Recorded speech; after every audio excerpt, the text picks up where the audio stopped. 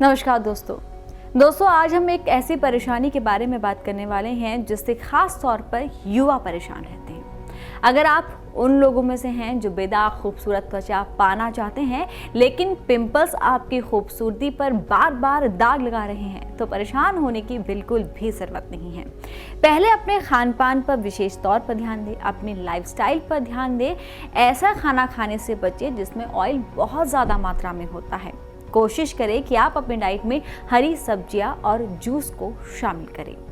और इसी के साथ अगर आप पिंपल्स की परेशानी से जूझ रहे हैं, पिंपल्स आए दिन आपके चेहरे पर आ जाते हैं और आप ऐसे घरेलू नुस्खे ढूंढ रहे हैं जिन्हें अपनाकर आप इस समस्या से राहत पा सके, तो हकीम सुलेमान खान साहब आपको बता रहे हैं एक ऐसा ही घरेलू नुस्खा।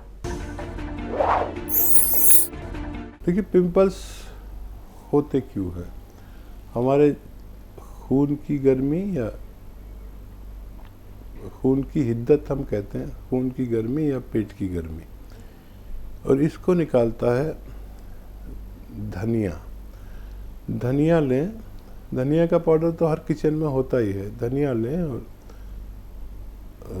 आधा चम्मच खा लें, और एक चुटकी नमक जैतून असली वाला, देखिए नकली मत ले लेना, नुकसान भी दे सकता है। असली वाला नमक जैतून, एक विशेष नमक दुनिया का जो जैतून के फल से निकाला जाता है, पानी में मिलाएं, एक चुटकी बस। इस पानी से आधा चम्मच धनिया रोज़ खिला दिया करें, बस एक बार या 2 बार। ये पूरा खून को साफ़ करता है, चेहरे को साफ़ करता है, निशानात को दूर करता है, पेट की गर्मी दूर करता है, पेट को अच्छा रखता है, पेशाब को साफ़ करता है, खून को साफ़ करता है। और भी बहुत फ़ायदे हैं इसके। आप ये शुरू करा दें, आपकी पत्नी को फ़ायदा मुमकिन है। ऐसे ही तमाम बीमारियों के असरदार घरेलू उपायों को जानने के लिए आप हकीम सुलेमान जी के इस वीडियो को अंत तक जरूर देखिए, और ज्यादा जानकारी के लिए हमारे YouTube चैनल हकीम सुलेमान पर जरूर आएं। डायबिटीज़ कहा जाता है कि ख़त्म नहीं होती है अगर एक बार किसी व्यक्ति को हो गई है, लेकिन शुरुआती दौर में अगर हम डायबिटीज़ पे हैं तो क्या इसको जड़ से ख़त्म किया जा सकता है? कैसे? देखिए, 2-3 तरह की डायबिटीज़ होती है। एक तो प्री डायबिटीज़, इसका एक टेस्ट भी होता है प्री डायबिटीज़ का। अगर आप कराएं तो आपके गुजरे हुए महीनों का हिसाब आता है कि क्या रहा, आपकी डायबिटीज़ कितनी रही। तो अब शायद ये टेस्ट सबको कराते रहना चाहिए प्री डायबिटीज़ का। प्री डायबिटीज़ में अगर पता चल जाए कि डायबिटीज़ होने वाली है तो उसको बड़ी आसानी से रोका जा सकता है। तो उसके लिए कुछ उसूल बना लें, कुछ दवाएं खा लें और कुछ एक्सरसाइज कर लें। प्री डायबिटीज़ में मैंने पाया कि जिन लोगों को प्री डायबिटीज़ पता चल गई कि डायबिटीज़ होने वाली है, उनको कभी नहीं होती अगर वो कुछ उसूल बना लें। उसूल ये है कि अगर डायबिटीज़ होने वाली है, इसका पता चल गया है टेस्ट के ज़रिए से, तो कम से कम 1 घंटा या उससे ज़्यादा पैदल चलना शुरू कर दें। ये बहुत कामयाब है इसमें। और रोज़ चलें, और 5 बार गर्म पानी पीना शुरू कर दें, और मीठी चीज़ें कम खाएं। सिर्फ इससे भी आप बच सकते हैं डायबिटीज़ होने से। और जिनको डायबिटीज़ है वो भी ये अमल करें, यानी पैदल ज़रूर चलें 1 घंटा या उससे ज़्यादा। और गर्म पानी पीना भी बहुत फ़ायदेमंद है। देखिए, हमारे पास गर्म पानी रखा हुआ है, अगर मैं इसे पी लूँ तो मैं प्रोग्राम करते करते पसीने आ जाएंगे मुझे पूरी बॉडी में। ये काफ़ी गर्म पानी है जो मेरे पास ये रखा हुआ है। जैसे चाय होती है ना, ऐसा गर्म पानी कभी पी के देखें। 1 गिलास चाय की तरह गर्म हो और चुस्कियाँ लेकर पिएं, तो आपको इतना पसीना आएगा जितना आप एक्सरसाइज करने के बाद पसीने में नहा जाते हैं ना, ऐसा पसीना आता है। तो गर्म पानी पीना बड़ा ज़रूरी है।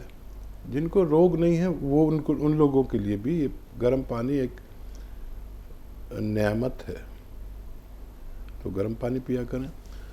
फिर जो लोग ये चाहते हैं कि उन्हें डायबिटीज़ कभी ना हो, तो वो असली कलौंजी का सिरका या जैतून का सिरका 2 चम्मच पानी में मिलाकर पी लिया करें। इससे 3-4 फायदे होते हैं। एक तो कोलेस्ट्रॉल कभी नहीं बढ़ता। डायबिटीज़ होने से पहले कोलेस्ट्रॉल बढ़ता है। अच्छा, कोलेस्ट्रॉल नहीं बढ़ता तो बीपी कभी नहीं बढ़ता, और कोलेस्ट्रॉल नहीं बढ़ता तो हार्ट ब्लॉकेज कभी नहीं होता, हार्ट ब्लॉकेज कभी नहीं होता तो ब्रेन हैमरेज कभी नहीं होता। लेकिन ये सिरके नकली बहुत मिलने लगे हैं। असली सिरका लेना बड़ा मुश्किल हो गया कि इतने सिरके नकली आ गए कि बहुत मुश्किल हो गया। नक्कालों से सावधान, असली कलौंजी या जैतून का सिरका पी लिया करें। अब पैदल चलना, दरअसल हमारा जिस्म ये चाहता है कि उसकी ज़रूरत की मशक्क़त, मेहनत आदमी करे।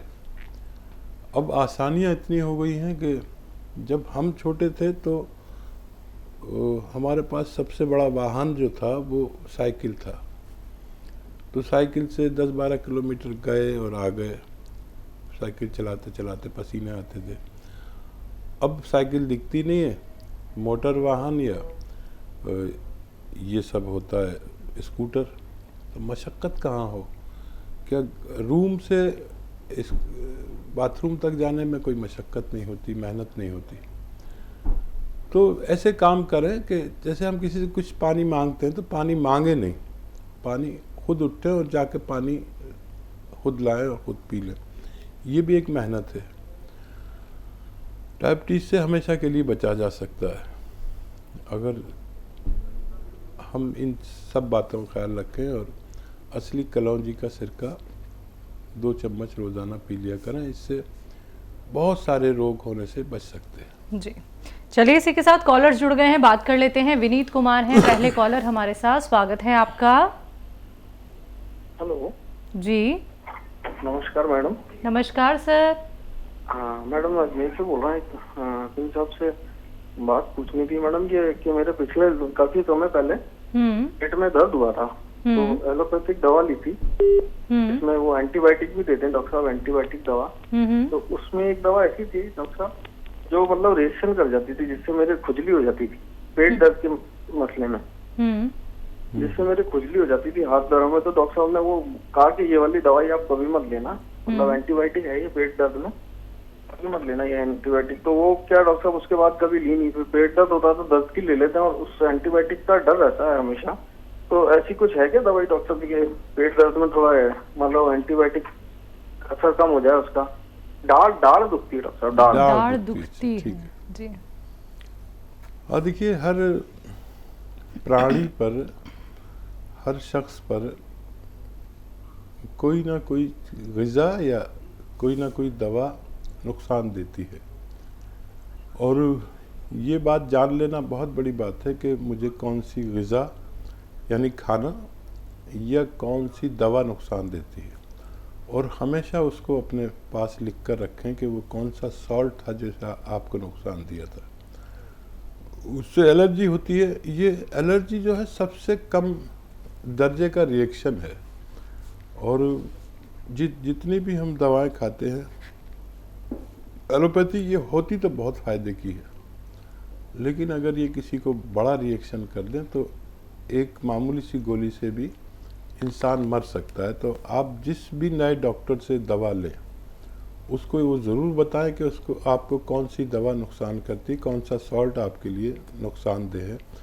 और ऐसे मरीज़ से डॉक्टर लोग भी डरते हैं, क्योंकि पूरी प्रैक्टिस पर सवाल आ जाता है अगर उसको कुछ हो जाए तो हमेशा आप यही बात याद रखें, बग़ैर मालूमात के कोई दवा ना खाएं कि उसमें कौन सा सॉल्ट है। जब पेट दर्द के लिए तो बहुत सारे नुस्खे हैं, और उन नुकसानात को दूर करने के लिए बहुत ज़्यादा नुस्खे हैं। मैं अक्सर बताता हूँ कि आप अगर 6 चीज़ों का पाउडर बना लें, जिनमें सौंफ, सौंठ, जीरा, अजवाइन, धनिया और मेथी का दाना है। सौंफ, सौंठ, जीरा, अजवाइन, धनिया और मेथी का दाना, तो ये घर में ही निकल आती है सारी चीज़ें। बस एक चीज़ बाहर से लेनी है, नमक ज़ैतून। ये नमक ज़ैतून इन रिएक्शन को ख़त्म करता है और रिएक्शन से होने वाले नुकसानात जो जिस्म में हो गए उनको ख़त्म करता है। एक चुटकी नमक ज़ैतून लें, पानी में मिलाएं, एक गिलास पानी में, और ये 6 चीज़ों का जो पाउडर है, जो आप चूरन बनाने को मैंने कहा, सौंफ, सौंठ, ज़ीरा, अजवाइन, धनिया, मेथी का, इसका पाउडर बना के रख लें। 1 चम्मच खाएं और नमक ज़ैतून का 1 चुटकी लेके पानी में मिला के एक बार ज़रूर ले लिया करें, तो ये नुकसानात की भरपाई आपकी कर सकता है। और दाढ़ में दर्द के लिए ये जो आपके किचन में खाने का सोडा होता है, सोडा खाने का या बेकिंग पाउडर या मीठा सोडा भी कहते हैं, आप नहीं तो आपके घर में किसी से पूछ लीजिए, वो 2 चुटकी ऐसे लेके हथेली पे रख के और अपने सब दांतों में, ख़ास तौर पर उस दाढ़ में जहाँ दर्द होता है, ऐसे मालिश करते रहिए और फिर उसको थूक दें। थोड़ी देर बाद थोड़ी देर मुंह में रख के फिर थूक दें और कुल्ला ना करें। ऐसा रोज़ एक बार किया करें। ये दांतों के लिए अच्छा मंजन कह सकते हैं इसे। मैं खुद अपने दांत इससे मांजता हूँ, तो ये बहुत साफ दांत कर देता है और पायरिया से जरा कीटाणु को मारता है और दर्द को दूर करता है। तो ये एक बार कर लिया करें, इससे दांत भी आपके साफ हो जाएंगे और दाढ़ का दर्द भी अच्छा होना मुमकिन है। जी, नागपुर से हैं अश्विनी जी, स्वागत है आपका। नमस्कार जी मैम। दोनों को आपको नमस्कार। और मैं अभी स्वागत है। सिया गोंद बुनवाया था 8 दिन पहले, है ना, और मैंने लेना शुरू कर दिया गुरुवार के दिन, पर मेरे को 50% आराम हो गया है। अक्टूबर में मेरा पैर दर्द हुआ था, घुटना, तो काफी आराम लगा। मैं फटाफट सीढ़ियाँ, लिफ्ट से नहीं जाती, सीढ़ियाँ उतर के जाती हूँ। तो मैंने काफी फायदा है। मैं हकीम जी को कहना चाहती हूँ, ये सब धन्यवाद देना चाहती हूँ, है ना। जी शुक्रिया। पूरा हो जाएगा तो आपको फिर से कॉल करूंगी। और मेरा एक सवाल है जी। कि मेरी मम्मी है 94 साल की, है ना, तो उनको सियागोन की गोली बना के देना चाहिए क्या? उनकी कमर बिल्कुल झुकी है पर बाकी स्वस्थ है ना। ठीक है जी। बहुत खुश नसीब होते हैं वो लोग जिनकी 90+ माँ जिंदा हो और आपसे राज़ी हो। वो लोग बहुत खुशकिस्मत होते हैं। वाकई आप बहुत खुशकिस्मत हैं और उन्हें गोली बनाकर दे सकते हैं, और उनको कुछ ना कुछ फ़ायदा ज़रूर होना चाहिए। और ऐसे ही अपनी माँ का ख्याल रखने वाले ही भगवान के बहुत पसंदीदा लोग होते हैं। अच्छा देखिए, भगवान का ये भी मुझ पर भी एहसान और आप पर भी कि उसने आपको फ़ायदा दिया। तो ये जब आपको पूरा फ़ायदा हो जाए तो भगवान को खुश करने के लिए भी हमें कुछ करना पड़ता है। भगवान राज़ी होता है लोगों की खिदमत करने से, सेवा करने से। जिस नुस्खे से भी किसी को भी मेरे मशवरे से फ़ायदा हो जाए, भगवान दे दे, तो वो नुस्खा अपने तक ना रोके, इससे आगे बढ़ा दे। सिर्फ मम्मी तक नहीं, और भी रिश्तेदार, और भी दोस्त, और भी मोहल्ले में और रिश्तेदारी में सैकड़ों लोग होते हैं। हर आदमी के हलके में बहुत सारे लोग होते हैं और हर घर में एक ऐसा मरीज़ है जो तकलीफ़ में है बहुत ज़्यादा। अगर आपको मेरे नुस्खे से फ़ायदा होता है तो उन तक वो नुस्खा पहुंचा दीजिए। भगवान भी बहुत खुश हो जाएगा और हम भी बहुत खुश हो जाएंगे। बहुत धन्यवाद इस बात का कि आपने हमें बताया कि आपको भगवान ने फ़ायदा दिया। आपके फीडबैक से हमारी बड़ी हौसला अफजाई होती है और हमें लगता है कि हम कुछ सेवा का काम कर रहे हैं। हमारे साथ योगदान करें, हमसे जुड़े रहें, हमारे लिए दुआ करें कि हम इससे ज़्यादा सेवा कर सकें।